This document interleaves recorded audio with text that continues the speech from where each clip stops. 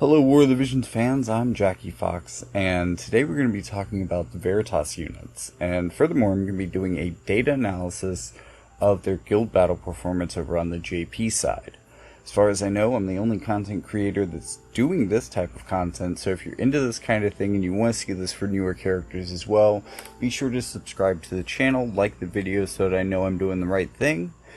But even more than that, there hasn't really been a lot of analysis of the Veritas units, in part because of the way that they're released.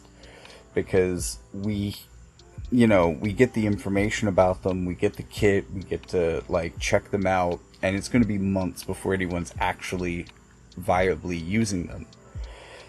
And we're starting to reach the point where in about a month, the first Veritas are truly going to become viable in a way that they weren't before because of something that I'm calling the JP Disco Ball, or at least the Veritas Disco Ball. This is coming out in about a month, and if you've already seen my video about this incredibly powerful piece of equipment, then you've already got a pretty good strategy for being able to get the recipes as soon as it comes out to be able to build this to +5. The big deal here is that a lot of the Veritas units are a little bit low on stats, in part because they're really easy to reincarnate, but their maximum level of stats that they receive from reincarnation is considerably lower than other units. Also, because they're being built to around the same standard, they all have stats that are more in line with last generation units. Veritas of the Winds is probably an easier comparison to Elda, King of the Lions, than he is to Jum the Spring Celestial, for instance. A, because of the reincarnation problem, but B, because, the base stats in general are just lower. But this piece of equipment should solve both of those problems, and while on a lot of the teams I'm going to be showing you today, the Veritas units might be the weak link at the moment, and while with a lot of the teams I'm showing you today, the Veritas units may be the weak link at the moment, especially because of our foresight, by the time we reach the point in the game that JP is at now, all of these teams should perform better under our control, if only because we have this piece of equipment.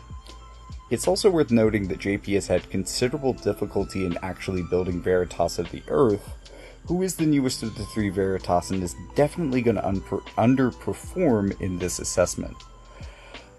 For Veritas of the Earth specifically, I only looked at the top 120 guilds because in my mind, they're the only ones that are going to be able to build him up to 140, or maybe get some reincarnations on him.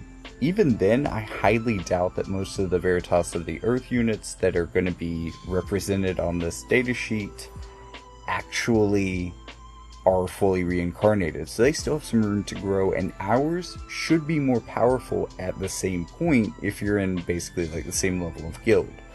For people who are in lower level guilds, this is going to take maybe even longer, so I'm sorry, but if you want to join my guild, Silkus, which is getting medals at a pretty decent rate, just check out Silkus. I'll spell it on screen for you so you can find it in game, and we'll help you get some more of those medals. But with all that being said, let's first look at key partners. And for each of these units, having their elemental partner that's kind of the strongest right now is going to be important. So each one of these teams, with maybe 2 or 3 exceptions, which are really unique and also pretty well performing in their own right, each of these teams is going to contain either Jum, the Spring Celestial, Ashenmont, or Shurika, depending on which Veritas we're talking about. For Veritas of the Waters, A2, Kadaj, and Gilgamesh the Scourgebreaker are going to be important as well. For Veritas of the Winds, Volke, Ramada, the new Ramada that's coming out, and One Wing Sephiroth will all be important, while for Veritas of the Earth it's going to be 2P, Alaya the Alabaster, and Melnia that will be most important. Moving over to looking at offense and defense, you'll notice that Veritas of the Winds is generally overperforming, but also really dominantly overperforming on offense. Meanwhile, on the defensive side, we see a lot more Veritas of the Waters teams as they take up the top 3 slots in the top 5. But I don't think this is necessarily because Veritas of the Waters is a unit that does better on defense specifically. I think it's more about the third order unit that's being included. Kadash specifically is a unit that massively overperforms on defense as opposed to offense. And when you look at A2 and Gilgamesh, these are likely being used as slot 1 units to bait fire teams into fighting what's essentially still a water team. So I think for both of these, they're very strong strategically, and also because water and ice share such a strong vision card synergy, these teams are maybe a little bit easier to build than other elemental combinations that work well on defense. So these are all really strong defense teams if you want to check them out. You know, basically you can see what's going on here on screen. One of the interesting, actually the 2 interesting teams here, second place on offense, Veritas of the Winds, Volke, and Ramada, is a rainbow piercing team. This is pretty interesting. Also, one of the only times that we're going to see the new Ramada here. This team also came in 4th place on defense, so this is a very well-rounded and powerful team, maybe one of the best that we're going to see today. Also tying for 5th on defense is Elia the Alabaster, 2P, and Veritas of the Earth. Not necessarily like a smart combination for defense in terms of anything strategic, but it is certainly a bit of a curveball, I think, for some players that makes it a little bit more interesting and a little bit more powerful on defense. But also, this is probably the strongest Veritas of the Earth team in general. So with that being said, let's look at the teams and how they performed.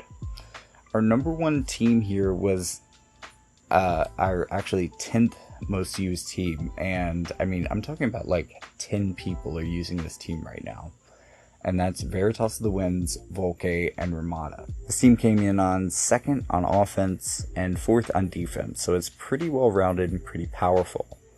A team that was maybe a little bit more polar but also still quite strong was Veritas of the Winds, One Wing Sephiroth, and Shurika. This was the best team offensively, and I just want to say, averaging 5.575 stars per day is one of the most ridiculous things that I've ever seen a team do. This team is not just one of the strongest offensive teams on this list. I mean, it's the strongest offensive team on this list, but I think if I put these data points on basically any of the other lists that I've ever made, this team would also outperform basically everything, which is pretty wild. This team is kinda nuts, and I, like, on a certain level, like, how did this not make my Shuriken video? You know, I didn't see a lot of Veritas of the Winds team, and, well, actually I know how this didn't make it. It was the 12th most used team with a total of 4 people using it, and that's combining offense and defense numbers, so that's an average of 2 people using it if you assume they use it for offense and defense. That's some pretty poor data. And that is kind of a disclaimer to this whole video. Once we get past about the 5th most used team here, the data really drops off in quality levels as we go from like 100 to 60 to 50 to 30, all the way down to 10 rather rapidly. So the really unfortunate thing about this data is that the most used and most tested teams aren't very good, and the least used and least tested teams almost overperform. So it's kind of wild. Coming in 3rd place, and this really wasn't a surprise for me, I expected a Kadash team to do really well just based on a really strong defensive performance. And this team nearly scored 2 stars on average on defense, which is pretty wild. I have seen teams score higher than that. I have seen Kadash teams score higher than that. But this was absolutely enough to give them 1st place on defense by a long margin. Then we have a really well-rounded team. This team is excellently suited for defense, came in 3rd place on it, A2 Veritas of the Waters in June. This is really good for baiting modern fire teams. But it also came in third place on offense, and probably because of the strong synergy between Joom and A2, really powerful greatsword vision cards are probably helping this team out a lot. It's a strong synergy outside of Veritas of the Waters. Veritas of the Waters, of course, is going to synergize well with Joom the Spring Celestial, so it's just a good team all around. Our 5th place team was 8th most used. This is going to be Veritas of the Waters, Joom the Spring Celestial, and Gilgamesh, although Gilgamesh is probably in slot 1, and that's, again, a big part of why I think this is second best on defense. I just really think this is a smart team for baiting fire in a way that's absolutely going to wipe them anyways. Then, our next team, this one actually was the 4th most used overall, so actually a fairly popular team, came in 4th on offense. Veritas of the Winds, Dario the Crystalborn, and Shurika. This team did pretty well. Coming in 5th place on offense, though, and the 2nd most used team on this list, I think it was the most used win team as well. We have Glaciella, the Flag Bearer of Reform or something. Veritas of the Winds, so strong wind and pierce synergy here, and then Shurika just for an extra curveball. Then, our first Veritas of the Earth team, this came in all the way in 8th place, but it was the 11th most used team as well, so almost the least used team here. I think there were 5 uses of it on the 10th between offense and defense. This came in 5th place on defense. Its score was actually fairly decent, but again, I think Veritas of the Earth probably has the most room to grow out of all of these characters, and will be the one that will be the most stronger on global for all the reasons that I've already mentioned. So I think this team might be one to look out for in the future. Coming in 9th place was the most used team of them all, and definitely the most used of the Veritas of the Waters teams. This was Summer Glaciella, Veritas of the Waters, and Joom the Spring Celestial. Recently, Summer Glaciella has gotten upgrades, so this team is kind of freshly upgraded, and I think a lot of people are maybe really excited to play with Summer Glaciella again. 10th most powerful team, and also one of the more used here. Although I do want to say that if you look at my usage data, I was actually doubling the numbers for all of my Veritas of the Earth teams because I had limited their data by so much. I figured that would help even it out and help them kind of rank consistently here, while still giving me high quality data, kind of giving me the best of both worlds. Even then, though, this still only came in 5th place, Melnia, Ashenmont, and Veritas of the Earth. This team performed just kind of, it wasn't good, okay? Switching out Melnia for Bradley gets us into 11th place. This team was a lot more popular, but still just a little bit worse. A little bit better on offense, but it really failed the hardest on defense, bringing us almost the worst defensive performance. The very worst defensive performance and worst offensive performance as well. And like, this would have been the last place team on so many of these charts that I've made. Perrine, Veritas of the Waters, and Joom the Spring Celestial. I think it's really Perrine being an older unit that's letting this team down, which is, and also I think for a long time Perrine has been best played on strike teams, but she is really aging at this point, so it's going to be hard to play her effectively in either scenario, and I almost removed this team from the data just because it underperformed so badly. I figured it'd be cool here for reference just to see how bad a team could possibly do, or how much you could screw up even though you have 2 out of 3 of the right units. So, with all that being said, I hope you have a better understanding of which Veritas you want to build, what's going to work well for your team, who you should be picking up along the way to go with them. I mean, definitely if you're going Veritas of the Winds, if you have Volke, at least, you know, you kind of have a choice of getting Shurika now or saving up for Ramada. Getting Shurika now is probably the safer bet for sure, but I mean, the all Pierce team is really powerful if you have the hollow VCs to make it work. If you don't, and you have one wing Sephiroth, as a lot of people do, then maybe going for Shurika and building the second strongest team on this list would be the best way to go. Again, both of them ranked in the top 5 of offense and defense, so neither team is particularly bad. I just really like the Pierce variant a lot in theory, although in some ways I think the more general Fire and Wind version might be a lot easier for people to build. And then again, if you have Kadaj, you're not surprised that he's doing well on defense, and you may already be running this team.